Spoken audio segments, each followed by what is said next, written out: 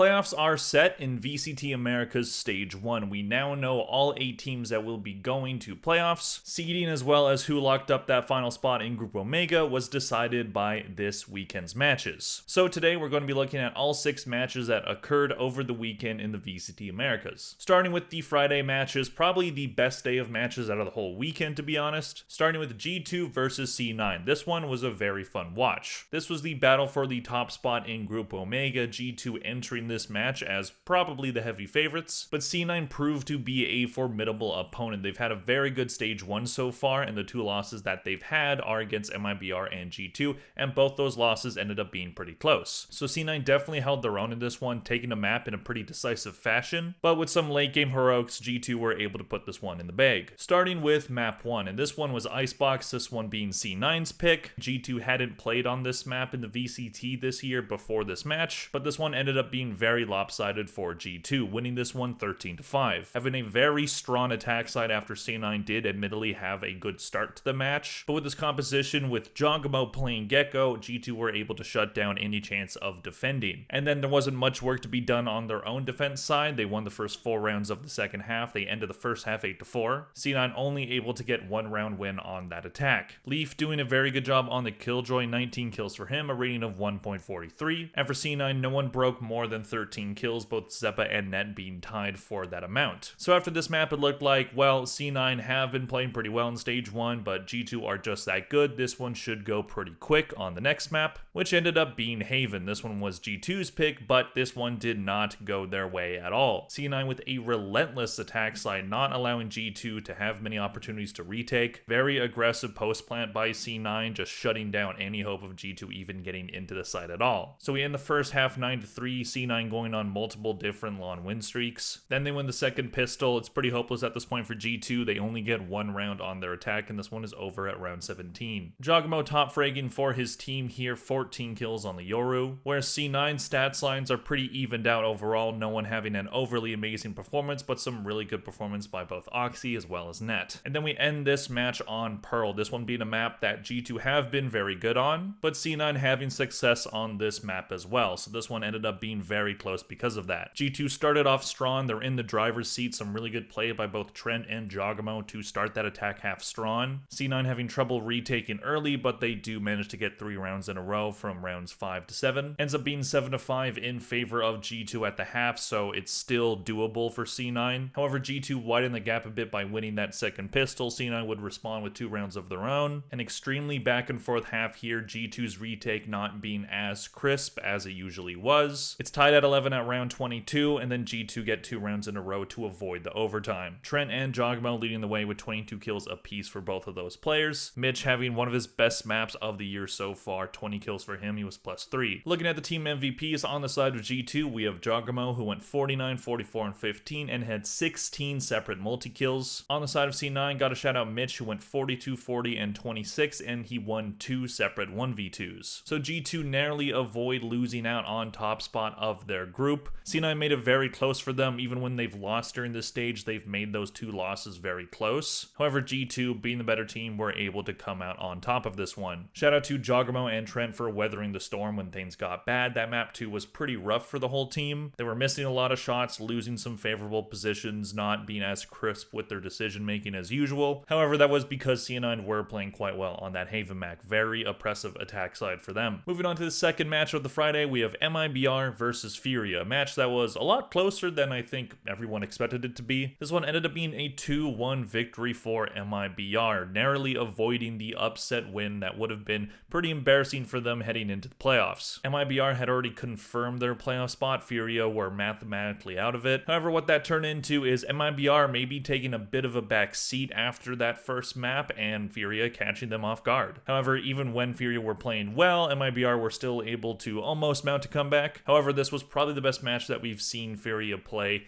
in stage 1 so far. It's been very disastrous for them, but this one was at least close. However, it did not start that way. It looked like we were going to see the same Furia match that we've seen throughout stage 1 when we started on Icebox. This one being Mibr's pick. They've looked really solid on that map. Mibr win the pistol. Furia do take the lead back by winning 3 in a row. However, for the rest of the half, Mibr had a very strong defense side. 6 successful retakes out of 7 rounds that they won to end that half. half. 9-3 at the half, not an impossible hill to climb, but Furia could not even get any steps in. 4 rounds in a row from Mibr would end this one very quickly. Ospas, he's really starting to heat up lately. Love what I've seen from him recently. He had 25 kills. He was plus 20 on this map, only 5 deaths. And outside of Furia, it's just a disastrous scoreboard for them. No one broke 10 kills. Heat had the most with 9, just a disaster. However, on Furia's map pick of Ascent, which wasn't expected, they were expected to pick Lotus because that's been the only map that they've looked good on. They actually end up having a pretty dominant map overall. It did have a pretty close final score, but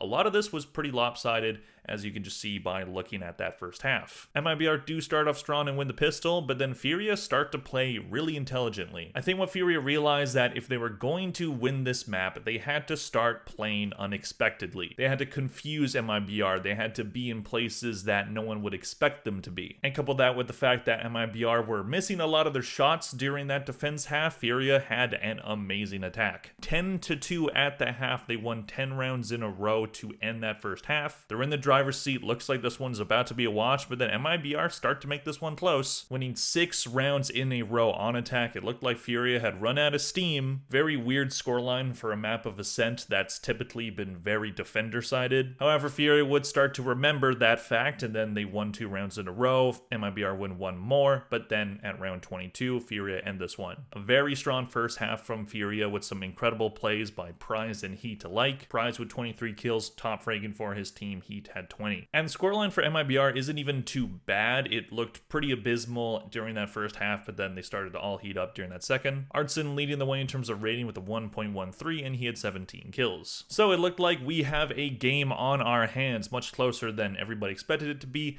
Then we headed into Split. Split would also be pretty close, but Mibr having a lot better grasps on this one than they did the previous map. 13-8 being that final score. Mibr started off strong, and they have a very good attack half. Furia would end the half by winning 3 rounds in a row, but still Mibr are in the driver's seat with a 7-5 lead. Then Furia would start to make it a little scary for them by winning that pistol, but then Mibr steal it right back. Winning 4 rounds in a row, not even allowing Furia to plant the spike. All of those wins were by just eliminations. 2 more rounds from Furia to get to 8. It's a possible comeback, but it ended up not happening. Verno and Ospas tied in terms of rating with 1.46. Ospas with 23 kills, Verno with 21. Whereas Heat could not continue that same strong performance he had on map 2. Only 9 kills for him. Top fragger on Furia was Khalil, who's been pretty up and down, but he had a good map, 20 kills for him. Looking at the team MVPs on the side of Mibr, we have Ospas, who went 63, 33, and 3 for plus 30. And on the side of Furia, we have Prize, who went 43, 42, and 15, and he had 3 separate clutches. So a very strong showing by Furia, but still ended in the same result that their other matches have. They still have not won a game in the Americas since that opening match with that sub-roster, so the disaster does unfortunately still continue, but at the very least they can look at this match and say that they played a lot better. It looked like it was going to be the same story on map 1, but they were able to flip the script on map 2. They just cannot find consistency. At the very least, they look at least good on a second map and not just Lotus, so hey,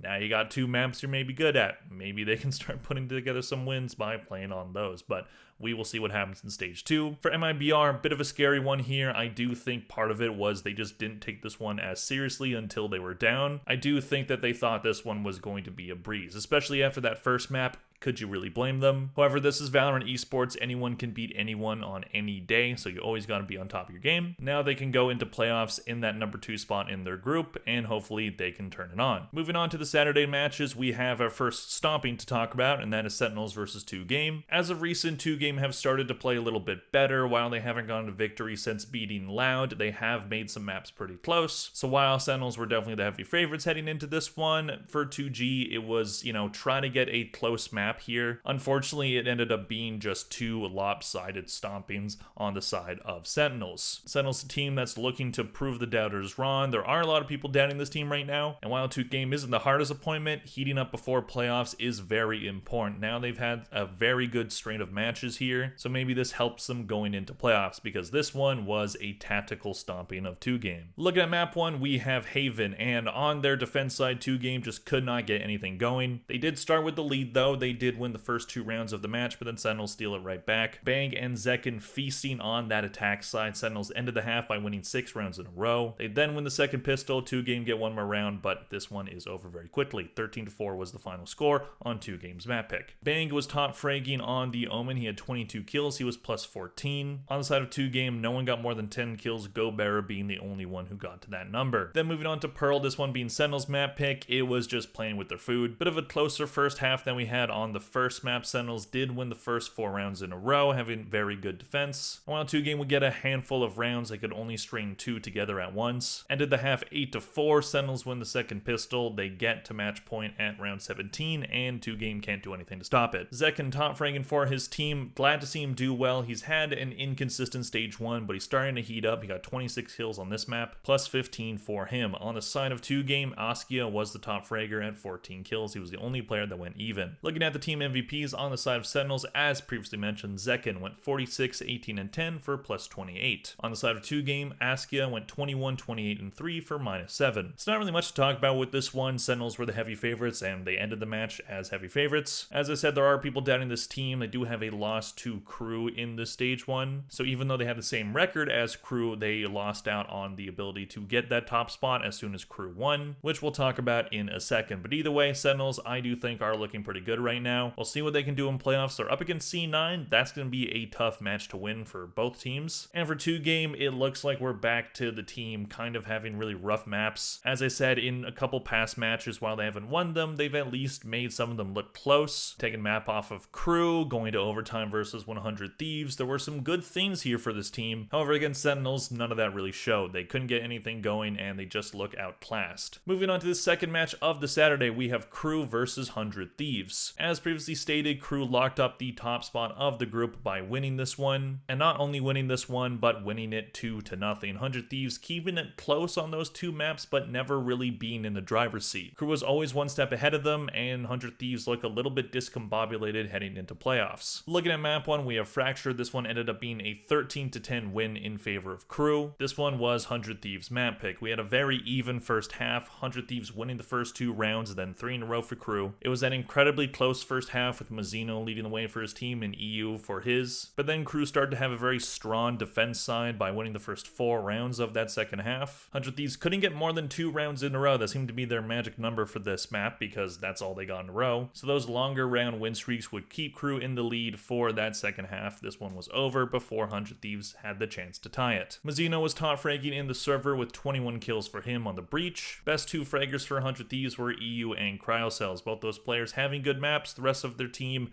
at least Asuna, had 20 kills. He was the top fragger. And the best 2 players in terms of rating for 100 Thieves were EU and Cryocells, but Asuna was the top fragger with 20 kills. Moving on to the second map, we have Icebox. Crew being very good on this map, and they showed it early. Very similar story to the first map, this one being very close, but 100 Thieves, for some reason, could not get more than 2 rounds in a row. Very odd how it turned out like that. 100 Thieves would win the pistol, but then Crew steal the bonus away. We end the half 6-6. Crew win the pistol. 100 Thieves steal it right back, but then 2 more for Crew. 4 retake wins in a row would end this one in favor of Crew. Very strong defense side here. Shy doing a great job on the killjoy with 21 kills. Don't take this team to Icebox if you can help it. On the side of 100 Thieves, EU was the best in rating, but Asuna yet again was top fragging, but only 18 kills for him. Looking at the team MVPs on the side of Crew, we have Shy, who went 38, 27, and 4, and had 11 separate 2Ks. On the side of 100 Thieves, we have EU, who went 34, 27, and 12 for plus 7. So Crew, after getting embarrassed by Evil Geniuses the week before, end up having a very strong match here. 2 close maps, but 2 maps where they were usually the ones leading. Very important bounce back match for them. They lock up that top spot of their group. They're now heading into playoffs. They only need 1 win to make it to Toronto. We'll see if they're able to do it. They collapsed in stage 1 playoffs last year, so they're going to hope to avoid that. And for 100 Thieves, there's some good things here. Cryocells is still one of the best players in the region, being one of the top players when it comes to rating, and EU has performed quite well this stage. But But aside from that, there are some pretty concerning performances throughout that roster. We'll see if they can win in their opening match against MIBR. I would take them as the underdogs for that one, but they did beat MIBR at the start of kickoff, so maybe they can get that win. Moving on, we have the last day of matches, starting with Evil Geniuses versus Loud. This one ended up being incredibly close and had a very interesting scoreline. Only one player on EG actually went positive during this match, whereas 2 players on Loud were leading the server in frags, but they still ended up losing. They did not break that streak. Loud was already confirmed out of playoffs by EG winning their match against Crew, so this match was more for pride and a champs point, but it still ended up going the way of the team that is in playoffs. Looking at map 1, we have Lotus, this one being Loud's pick, and they ended up winning this one. Very close affair, however. EG started it strong by winning the pistol. They had a 5-3 lead at round 8. Some very strong plays by both Nature and Icy. Nature having some nice clutches here and there. Ye also doing his job as the Clove, even doing well with using the smokes after death. But we still ended the half tied 6-6. Then Loud would start their attack half very strong. Having the second half on the favorable side of Lotus being the attack, Loud did a very good job on defense, so they just had to have a pretty solid attack side, and they ended up doing that. They won the first 3 rounds, they won 2 more right after that, but then EG would start to make this one close, trying to tie the game at round 24. They could not get it done. Very strong plays by Pancata and Luke Show,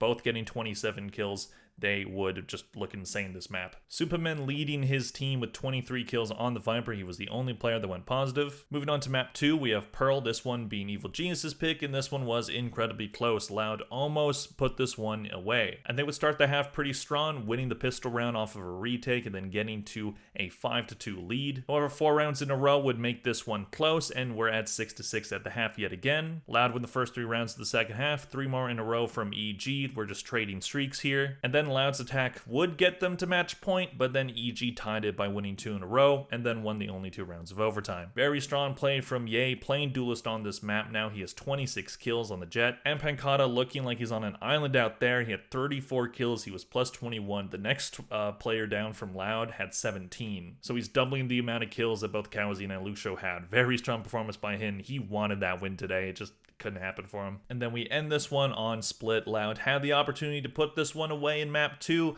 but they couldn't, so can they do it in map 3? Well, they tried their best with the very strong defense side here, being really good at the retake, but not even allowing EG to get a plan most of the time. Ended up being 8-4 at the half, EG needing an answer, and that answer would be their own defense side. Very strong retakes from EG, Potter doing a great job coaching in this one. EG would win the pistol, Loud to get 2 in a row, 2 more for EG, 1 more round from Loud, but then it's ended with 5 round wins in a row from EG to put this one away. Loud were 1 round away from match point, and then they couldn't do it. Mostly thanks to both Derek and Icy, both getting 22 kills apiece, but Ye did a great job saving his team. And for Loud, it seemed like Pancata kind of ran out of gas after that map 2 performance. He only had 14 kills. Luke Show had 24 for him. Looking at the team MVPs on the side of Evil Geniuses, we have Ye, who went 59, 61, and 11, and had 14 separate multi-kills, probably his best match of 2025 so far. And for Loud, we have easily Pancata, who led the server by a wide margin with 75 kills. He had 45 deaths, 32 assists, and had 20 separate multi-kills. So this one definitely a heartbreaker for Loud. They just cannot catch a break. It doesn't seem to matter what players they're playing. It doesn't seem to matter how well they're playing as a team or individually. They just